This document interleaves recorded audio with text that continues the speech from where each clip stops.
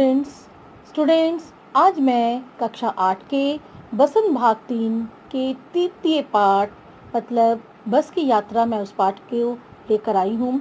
उस पाठ के सबसे पहले मैं लेखक परिचय को बताना चाहूँगी। तो बस की यात्रा इस पाठ के लेखक हैं हरिशंकर परसाई। हरिशंकर परसाई जी के संबंध में थोड़ा जान लेना अच्छा है, फिर हम उसके बाद बस की यात्रा इस पाठ की ओर हम बढ़ेंगे। तो सबसे पहले हरिशंकर परसाई जी की जीवन परिचय को थोड़ा जान लिया जाए। हरिशंकर परसाई जी का जन्म 1922 ईस्वी में मध्य प्रदेश के होशंगाबाद जिले के जामानी गांव में हुआ था। हरिशंकर परसाई जी जो हैं ये एमए तक पढ़ाई किए थे और ये नागपुर विश्वविद्यालय से अपने एमए की उपाधि को प्राप्त किए थे। वे कुछ दिनों तक अध्यापन का काम भी किए थे, किंतु 1947 ईस्वी से वो स्वतंत्र लेखन के कार्य में चले आते हैं और स्वतंत्र लेखन के कार्य से ही जुटे रहते हैं। वसुधा नामक पत्रिका जो कि जबलपुर से निकलता था, उसमें भी वो लिखते थे और उन्हें काफ़ी सराहना उस पत्रिका से मिला था। इनका निधन होता है 1995 ईस्वी में।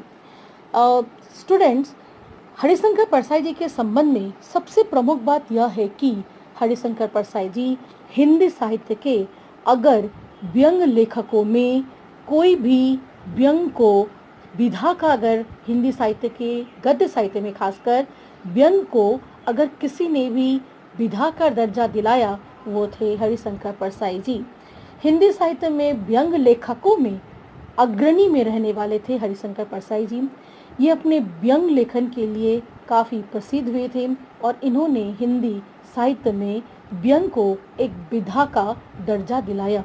जिस तरह से हम देखते हैं ना, हिंदी साहित्य में गद्य साहित्य में कहानी एक विधा है या फिर निबंध एक विधा है या नाटक एक विधा है, रेखाचित्र एक विधा है, उपन्यास एक विधा है, वैसे ही व्यंग को भी उन्होंने विधा के रूप में अगर किसी ने व्यंग को विधा का दर्जा दिलाया वो थे हरिशंकर परसाई जी। ये हरिशंकर परसाई जी के संबंध में कुछ बातें थी। अब हम हरिशंकर परसाई जी के प्रमुख कृतियों की ओर आते हैं। हरिशंकर परसाई जी के साहित्यिक विशेषताओं की ओर भी हम आएंगे, तो उसके पहले हम हरिशंकर परसाई जी के कृतियों की ओर हम आते हैं। हरिशंकर परसाई जी मूलतः गद्य साहित्य की रचना किए थे।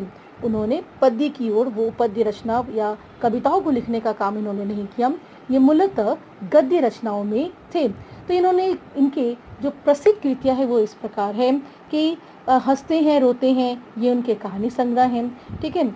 जैसे उनके दिन फिरे, ये भी उनके कहानी संग्रह हैं। ये दोनों कहानी संग्रह उनके काफ़ी प्रसिद्ध थे। इसके अलावा अगर हम इनके उपन्यास को देखते हैं तो रानी नागफनी की कहानी और तट की खोज इनके प्रसिद्ध उपन्यास हैं। इसके अलावा इनके बहुत सारे निबंध संग्रह हैं। जिन निबंध संग्रहों में ये अपने व्यंग के लिए माहिर हुए थे या प्रसिद्ध हुए थे, वो व्यंग इनके इस तरह से हैं।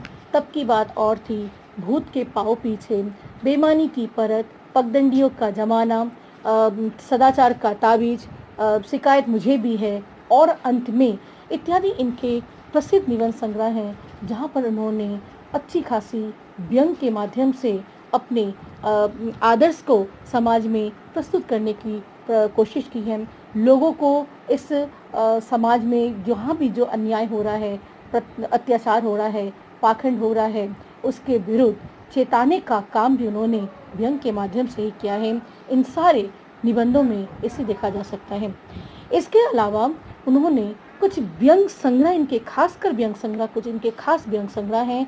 वो इस प्रकार हैं: वैष्णव का फिसलन, तिरछी रेखाएं, ठिठुरता हुआ गणतंत्र, विकलांग, श्रद्धा की दौड़। ये इनके प्रमुख रूप से व्यंग के कारण ये सारे जो रचनाएं हैं प्रसिद्ध है। तो अब ये थे इनकी कृतियाँ हरिशंकर परसाई जी की। हरिशंकर परसाई जी के अब हम साहित्यिक विशेषताओं की ओर आते हैं। अभी थोड़ी देर पहले मैंने जैसे बताया कि उन्होंने अपने व्यंग के माध्यम से समाज के पाखंड, उनकी साहित्यिक विशेषता ये है कि वे अपने साहित्य के माध्यम से और व्यंग के माध्यम से समाज के पाखंड, समाज की बेईमानी, अत्याचार, अन्याय, शोषण आदि पर उन्होंने लिखा और इन पर लिखकर लोगों में चेतना और जागृति को जगाया, लोगों को जागृत किया ठीक है, लोगों में जो भी सोच है, लोगों की जो संवेदनाएं हैं, लोगों की जो भावनाएं हैं, उसे चेताने का काम, उसे जगाने का काम उन्होंने अपने साहित्य के माध्यम से किया। ठीक है, और समाज में चल रहे ये पाखंड की ओर, समाज में चल रहे अत्याचार, अन्याय, शोषण की ओर लोगों का ध्यान आकृष्ट किया। साथ ही उन्होंने अपने व्यंग के माध्यम से एक और पाठकों को तो हंसाया, वहीं दूसरी ओर पाठकों को समाज में आदर्श को स्थापित करने के लिए, सच्ची दिशा को स्थापित करने के लिए उन्होंने आह्वान भी किया। तो हरिशंकर परसाई जी के संबंध में हम ये सब देखते हैं।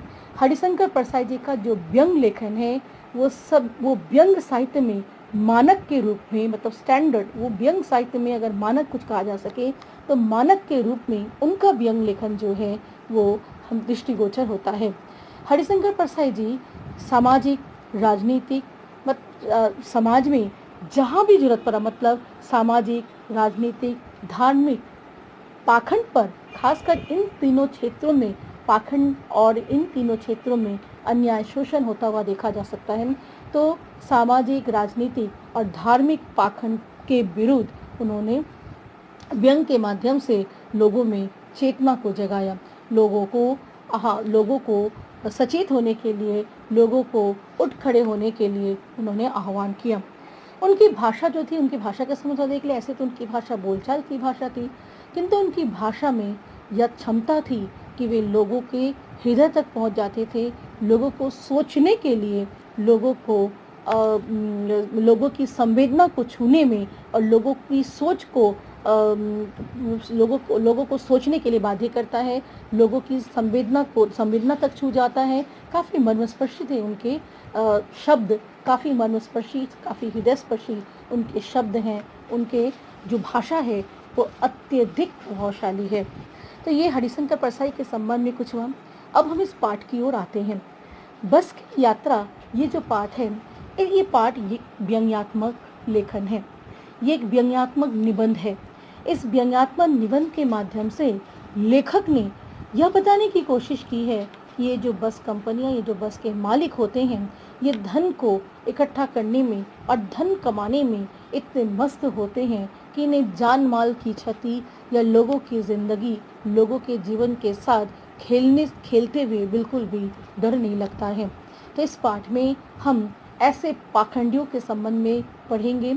बस की यात्रा इस पाठ में हम ऐसे धन लोलुप व्यवसायियों, धन लोलुप ऐसे स्वार्थी, धन लोलुप पाखंडियों के संबंध में इस पाठ में हम पढ़ेंगे, जहाँ पर लेखक ने इन पर क्या क्या है, व्यंग किया है, करारा व्यंग किया है। और साथ ही लेखक यहाँ पर व्यंग करते हुए गांधी जी के सविनय अवज्ञा आंदोलन, असहयोग आंदोलन, इनसे भी इस पाठ की तुलना की। ये पाठ काफ़ी रोचक है, काफ़ी हृदयस्पर्शी है और व्यंग को तो जगह जगह यहाँ पर स्थापित होते देखा गया है। तो आज मैं हरिशंकर परसाई जी के संबंध में बता दी। पाठ का उद्देश्य है कि ऐसे धन लोलुप, स्वार्थी और जो सिर्फ अपने व्यवसाय को समझते हैं, लोगों के जीवन को कुछ नहीं समझते, ऐसे लोगों का पर्दाफाश करना ही इस पाठ का उद्देश्य है। ऐसे लोगों के विरुद्ध आवाज़ उठाना ही, और लोगों के मन में ऐसे लोगों के विरुद्ध घृणा पैदा करना या इन लोगों से सावधान करना ही इस पाठ का उद्देश्य है। ठीक है, तो हरिशंकर परसाई जी के संबंध में आज मैंने ये बताया। मैं इसी के साथ इस इंट्रोडक्शन, इस लेखक के परिचय के साथ साथ मैं इस पाठ का सारांश भी मैं दे रही हूँ, और अगले क्लास में, अगले वीडियो में मैं इसके व्याख्या को लेकर आऊँगी, पाठ के व्याख्या को लेकर आऊँगी। सभी पंक्तियों का व्याख्या मैं बताऊँगी, शब्दार्थों को बताऊँगी। तो ये पाठ को मैं आज बस ऐसे शुरुआत कर रही हूँ, इसे मैं शुरू की हूँ। हरिशंकर परसाई जी के सामने मैंने थोड़ा सा बताया और पाठ का सारांश मैं आपको दे रही हूँ ताकि आप पढ़कर तैयार रह सके।